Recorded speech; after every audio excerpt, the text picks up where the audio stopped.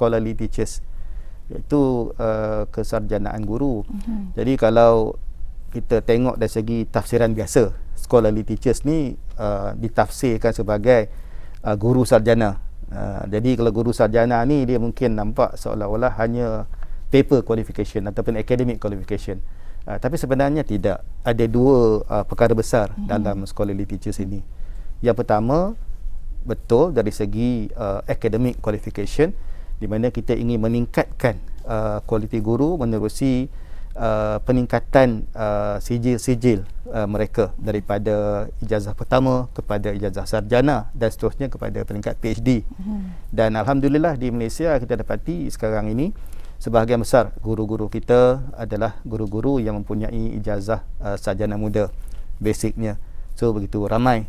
Dan di samping itu kita mempunyai guru-guru yang mempunyai ijazah sarjana masters lah.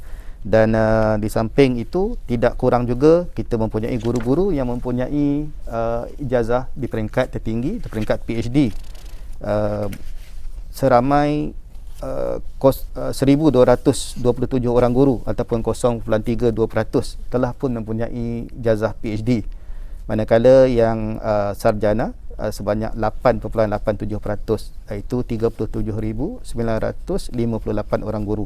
Jadi dari segi paper qualification, kita berusaha untuk meningkatkan hasrat kita supaya lebih ramai guru-guru kita meningkatkan keupayaan mereka untuk mencapai ijazah sarjana dan juga PhD di masa depan.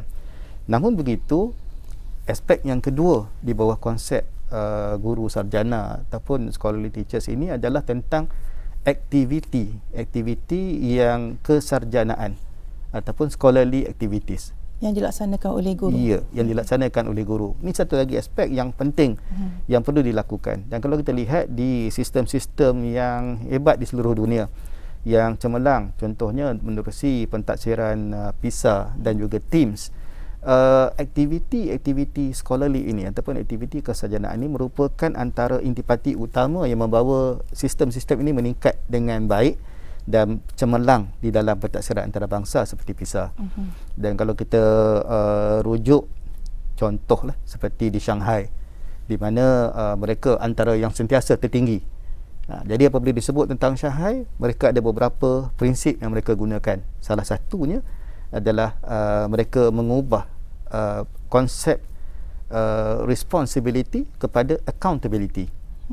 Jadi responsibility itu kita bertanggungjawab terhadap orang lain. Contohnya kalau kita kat sekolah, mungkin kita buat sesuatu ni kerana Nazir nak datang semak. Saya buat cikgu mengajar dalam kelas ni kerana mungkin pengetua guru besar nak datang semak, nak tengok apa yang saya ajar. Nak mencerap kan? Nak mencerap kan? Dia berbeza. Tapi di Shanghai tu mereka ubah kefahaman itu kepada konsep accountability. Saya buat ini kerana saya nak buat. Kerana saya, tanggungjawab saya sebagai guru. Dia berbeza konsep tu. Dan ini kita telah pun laksanakan dan saya yakin ramai guru-guru di luar sana telah pun melakukan perkara sedemikian. Dan perkara kedua yang berlaku di Shanghai itu, mereka memastikan bahawa semua guru melaksanakan kajian, iaitu bentuk kajian tindakan tentang aktiviti amalan-amalan mereka di dalam bilik darjah. Jadi apabila mereka melakukan sesuatu PDP dalam bilik darjah, kajian tindakan itu merupakan sebahagian daripada PDP yang mereka laksanakan, di mana guru-guru lain secara berkumpulan ada pasukan-pasukan kecil yang sentiasa melihat amalan masing-masing. So mereka tambah baik.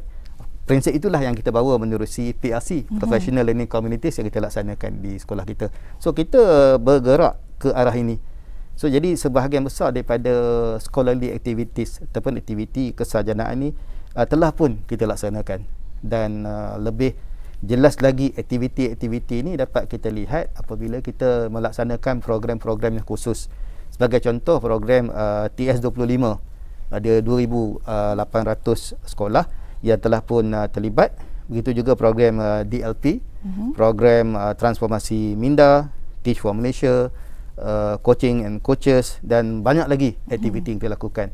Dan sekarang ini sebahagian besar daripada aktiviti itu kita rakamkan, kita rekodkan menerusi SPL KPM, sistem online yang di bawah BPG, di mana kita dapat melihat rekod pembangunan profesionalisme berterusan guru-guru kita dari masa ke semasa, dan ini memberi maklumat yang berguna kepada kita, kerana kita tahu apakah aktiviti yang disukai oleh guru kita untuk dilaksanakan, apakah aktiviti yang diperlukan oleh mereka untuk meningkatkan kompetensi dan kemahiran mereka.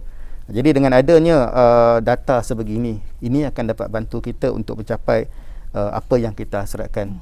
Dan begitu juga dalam keadaan PKP inilah, apabila yang macam saya sebut di awal tadi tentang e-pembelajaran yang meningkat 4 kali ganda, kita memantau perkembangan yang berlaku di mana sekarang ini bukan hanya agensi utama seperti BPG, IAB, ELTC, IPGM yang menganjurkan kursus, tetapi guru-guru sendiri di kalangan mereka yang mengambil inisiatif menawarkan pelbagai program kursus guru sendiri atas inisiatif mereka untuk berkongsi pengalaman, pengetahuan, kemahiran mereka sendiri. So antara lain yang boleh saya sebut di sini adalah tentang inisiatif Cikgu Tube. Cikgu Tube ni dibangunkan oleh guru-guru kita. Sebahagian besarnya merupakan guru-guru cemerlang, dan mana mereka ni dah sebahagian besarnya dah lama menceburi bidang ini, merakamkan dan merancang pengajaran dan pembelajaran mereka secara online, dan yang mana direkam pada asalnya untuk kelas mereka di tempat masing-masing, tetapi dengan platform Maya ini murid-murid dan guru di seluruh pelosok negara dapat mengikuti apa yang mereka lakukan. Dan satu lagi tentang bahasa Inggeris. Sebab kita tahu bahasa Inggeris ini merupakan salah satu aspek yang perlu kita berikan perhatian di kalangan guru dan murid kita. So pihak ELTC telah menyediakan satu portal yang dinamakan portal Improve, dan di mana portal Improve ni kita buka untuk membantu guru-guru kita untuk meningkatkan kompetensi mereka untuk kemahiran-kemahiran dalam bahasa Inggeris, sama ada untuk listening, untuk reading, untuk speaking dan sebagainya. Dia dah ada komponen-komponen dia, dan kita boleh pilih komponen yang kita ingin pelajari. Jadi ini satu perkara yang positif lah yang dapat kita lihat. Dan ini juga memerlukan perubahan lah.